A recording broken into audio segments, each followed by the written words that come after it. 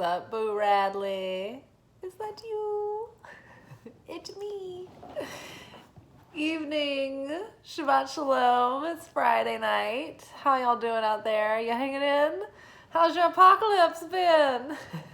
I'm good. I went to work tonight and I was off for 3 days in a row. And I was like, I felt a sense of excitement walking into the building, and I observed it in myself. I was like, whoa, I feel a giddiness inside. Like, I'm excited to see everyone, and I'm excited to interact with tables, and I'm like, who am I? Who have I become? But yeah, so it was a great night at work.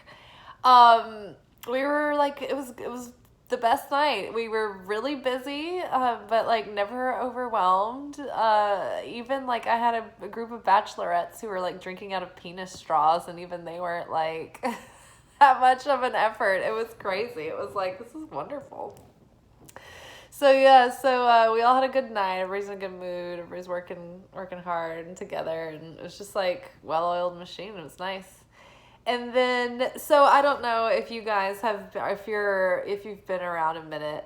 The beginning of July, I had this like this mysterious issue with my air conditioner, where all of a sudden like my house got like super humid, and it was like smelling like a dirt floor basement. And I'm like very obsessive about being like clean, and like everything gets bleached, fairly often. So I'm like, what is going on? And it's like, why is it so humid? And so I just started like Nancy Drewing it. And I got to the bottom of it. I followed all the clues. And come to find out, I was like super persistent with the maintenance guy. He was like, yeah, I think I fixed it. And like, it was still like really bad. And I was like filling up like these damp rid buckets like overnight. And I'm like, this isn't normal. So finally got to the bottom of it. And as it turned out, like somehow the ventilation had like collapsed. And then it was like sucking all this debris from under the house, and then that clogged the coil, and the air wasn't getting conditioned, and I was just like getting like this like air return of like dirt under the house, and then like the condensation wasn't like draining properly because of like the coil being clogged and the air not getting conditioned right. And so there was just like this like cumulative problem that built up. And so then all this condensation started gathering in the vent, like the vent system, and then like that collapsed another part of it.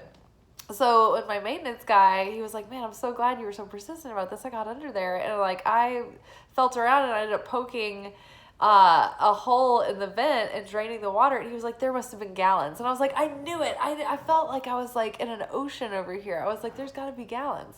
So fast forward, he was able to find a large dehumidifier and bring it over. And so I've been running it for a few days. And this seems crazy to me, but like, okay, so the bucket is like, I would guess it's at least a gallon of water.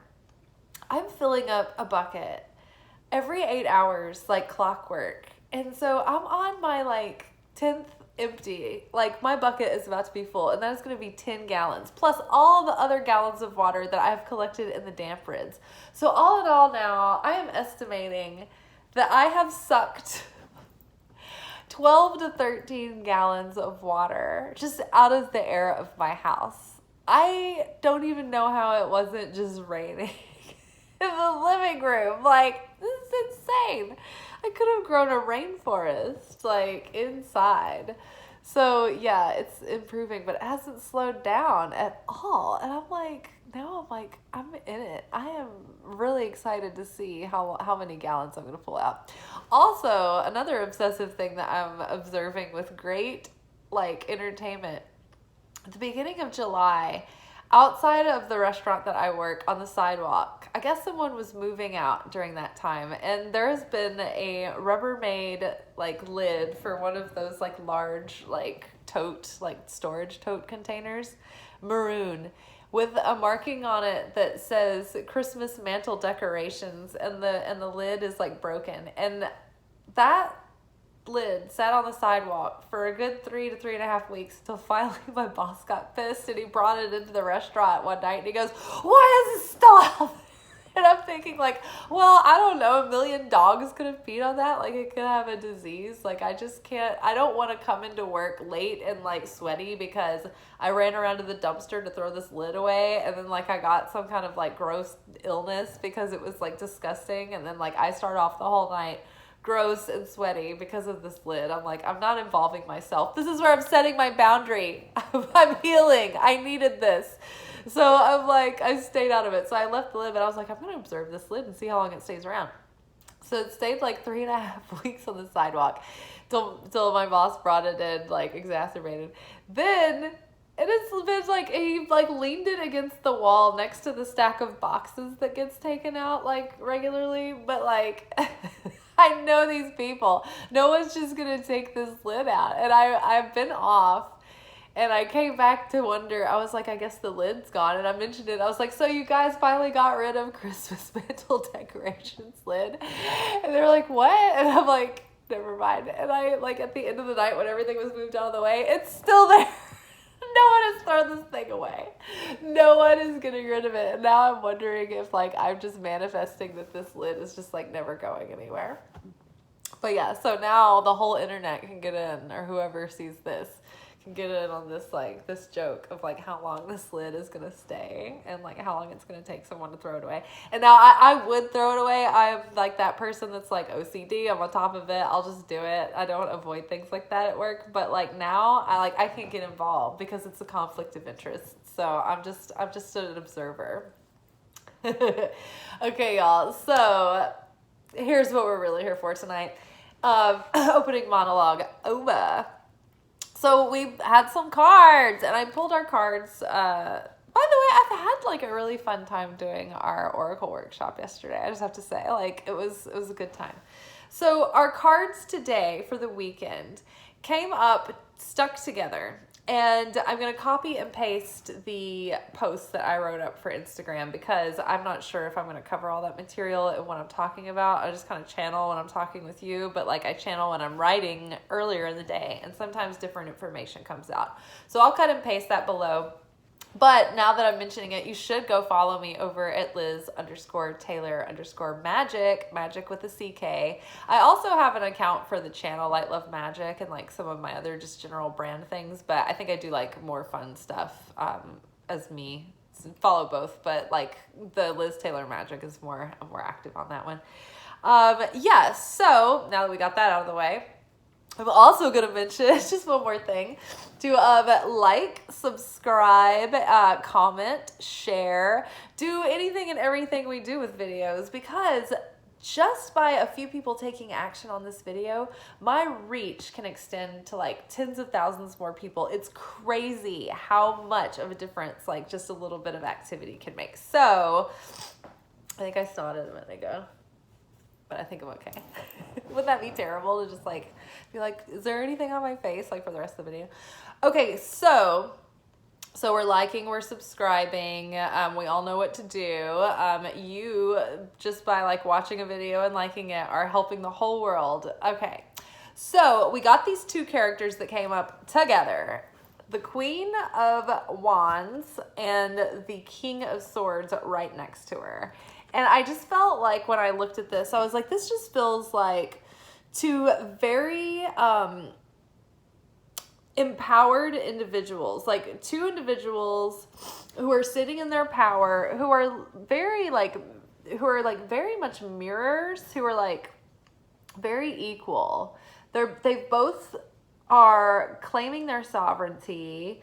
They're sitting on their thrones, and they're wielding their power both with their right hand. And on the tree of life, the right hand column is the column of mercy. All of the energies that have to do with the right column side are columns of mercy. So I don't think it's an accident that the tarot depicts these two holding their,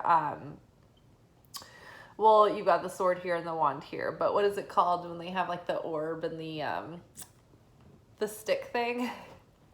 What is that one? Anyway, they have this, they're wielding it with their right hand. So they are in the favor of God in this moment. It's like you are in the flow of like harmony, justice, and justice in the sense that there's enough to go around and everything is equitable and all is well.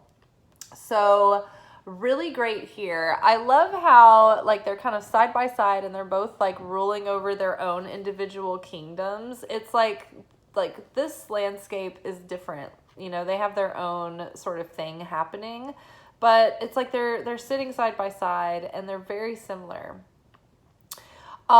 Transformation crowns the inner world here, while confidence and wisdom and enlightenment crown the Queen of Wands over here. So I feel like as individuals, it might be that this pair of people are equal and they're kind of coming together and they are seeing eye to eye, and they are feeling interdependent and strong and balanced and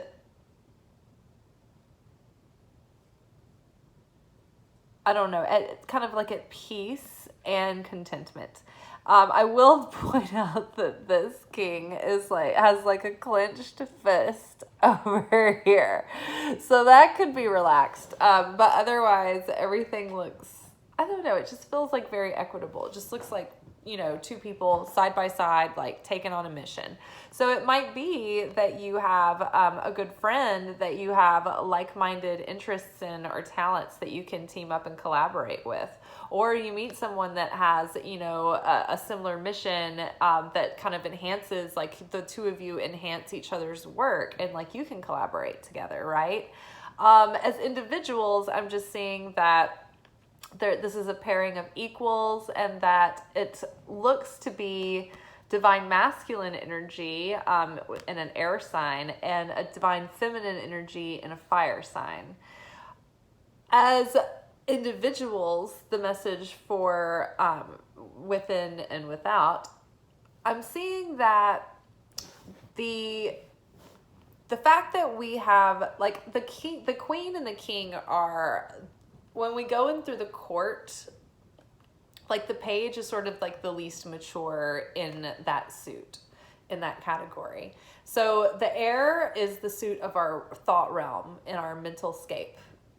Fire, wands, is the realm of our spirit, our sense of self, our sense of industry and confidence.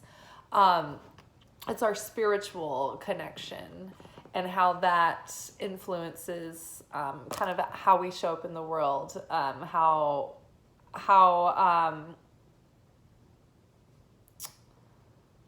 effective we can be, right? With our willpower and our drive. So what I feel like here is that there's so many layers of things to explain. I'm like, what should I explain first? So I'm seeing that the masculine and the feminine are coming together in union in that divine marriage within, where your active side, which takes action, which has willpower, which is giving, which is sharing, which is always perpetually sharing and giving eternally, like the light. The light is always the masculine because the light is always giving. We are the feminine in context of the light, and we are always receiving. So this is like also depicting the light going into the vessel, the light and the vessel uniting as one. So it's like the human and the divine. Not only is it the divine masculine and the divine feminine that are integrating within us, but also the human part of us is becoming connected with the divine part of us. And so it's like in another layer, in another sense, like the bridge between our head and our heart has been unblocked. And there's like this open channel now where we're connected with the divine, and that inspiration and that fulfillment and that insight and that like life force and that animation are connecting with our hearts. And so we're feeling like we're really developing this inner sense of bliss and a sense of serenity and inner peace and joy and love for life and goodness. And these are starting to become virtues that we can sort of call upon at will, instead of being at the mercy of our circumstances and just hoping that like we have a good enough day to feel good. You know what I mean? Like, we don't want to wait for the good day. What a waste of time that is. We want to set our own mood, set our own thoughts, set our own well-being, set our vibration, and be in control of that, and not be needy for anything else to provide that for us. We can do it regardless of the circumstances, right? So because of that inner realm being so stabilized suddenly and so calm and so serene and all this fulfillment, it's like we're becoming even more confident and sure of ourselves, and we're getting to know ourselves on a new level, on a deeper level. And it's been through this journey of self-discovery, but it's like we're really our fire for life is being stoked, but along with our own self-worth and self-love and this feeling of, you know, confidence and a sense of like self-assuredness and resourcefulness. And like, you're finding that you're putting out this like very magnetic charisma, and it's very attractive. But it's also as if like, because like you're so kind of like even keel now, more so than you've ever been, you can take on so much more, and it's so much easier. It's like you can do more, and it's like easier than ever. So I just feel like things are really good. I feel like we are really starting to integrate the new us, and like actually meeting these old lessons coming back, because like there's a period of like 7 weeks leading up to Rosh Hashanah where the 49 levels of our soul are tested, and basically it's like these checkpoints to see like, hey, okay, any lesson that you failed from the past that has to do with that level of the soul is going to circle back around during this time. So you get to retake the test. It's like, okay, well, you've done all of this work, and you've grown, and you've evolved, and you've expanded in consciousness, and you see things differently, and you have different experience now. So can you change your perspective to a higher perspective and actually meet this situation differently than you have before, and maybe pass the test? Bring me a higher love. Whoa. And so the secret is that you have to, how do I put this? There's this book that I've been reading recently, and it's one of those books where it's like you read about something, but you also do these exercises to work through things. And so this particular book is about working with angels. And the first angel it had to do with unconditional love, but what also came with unconditional love was freedom. And that made sense to me, because one of the most important things to me is freedom. But unconditional love implies freedom, because it's this agape offering that is eternal and perpetual and unwavering, unchanging. And so it can't be withheld or taken back because of the circumstances or whatever. It can't have strings attached. It can't be effect. It has to be the cause, right? We're trying to have cause consciousness, so we have affinity with the light, and we can vibrationally align with blessings. And we're trying to transcend having effect consciousness, right? Because, you know, when we're so affected by everything, we're not really practicing free will. We're not really in our divine sovereignty. I mean, we've had so many messages lately that we're so much more powerful than we give ourselves credit for. And yeah, I mean, that's so true. Like, we could take divine sovereignty over our life. Like, if we really like knew how powerful we are, and we could like really harness that and like tap in, like we'd be walking on water tomorrow. Like, seriously, it's like, can you imagine if it really clicked one day and we were just like, oh no, I get it now. Maybe I'll try tomorrow. But no, for real. So yeah, so big progress, big healing. Take your time as you are taking each step carefully, right? Meeting these challenges when you have something that triggers you, when something is challenging, when something familiar comes back around you again and you're like, this feels like I've done this before. Don't do the same thing you did before. Approach it differently, right? Things aren't black and white. There's a whole lot of color out there in the rainbow spectrum, and there's not a lot of simple answers in this world. So don't think of it as the opposite of what you did before. Just think of it as, okay, how I approached this before needs improvement. And even though it might make my ego uncomfortable and go against my my rational thought, what would unconditional love require me to do in this situation? And healthy boundaries. So consider those things. You want to love yourself. Practice unconditional love. Now, unconditional love doesn't necessarily mean that you're just like accepting everyone's like treatment or whatever. It's like you can have tough love and be honest, but you can, allow someone to come in, come and go, or wish someone well on their way and not have any hard feelings. You know what I mean? So there's a lot of like leeway there, but yeah, so don't get too stuck on, well, I'm going to do the opposite of what I did before. Tune in for divine guidance. Consider all that you know and all that you've experienced, and use your discernment and wisdom, and then try to choose with love. Easy, right? All right, y'all. Queen of Wands, King of Swords, divine union of our humanity and our divinity within us, which makes us super magical and super magnetic.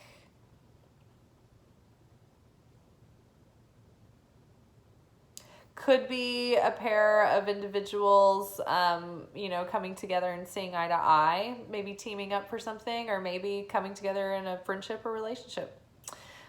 Only time will tell. We don't know. I guess we'll see. Let me know how it goes, you guys. I am going to hop off here and now water the garden and eat dinner and start winding down. Hope y'all have a good rest of the weekend. I'll see you tomorrow night for our secret sermon, Secret Teachings of Jesus. We're going to move on from our Rocky part 5, the inner and the outer. We're going to do a new segment, a new portion, because I think that we actually did complete that last time. That was our last episode on that topic. All right, y'all, be good, but not too good. Ciao.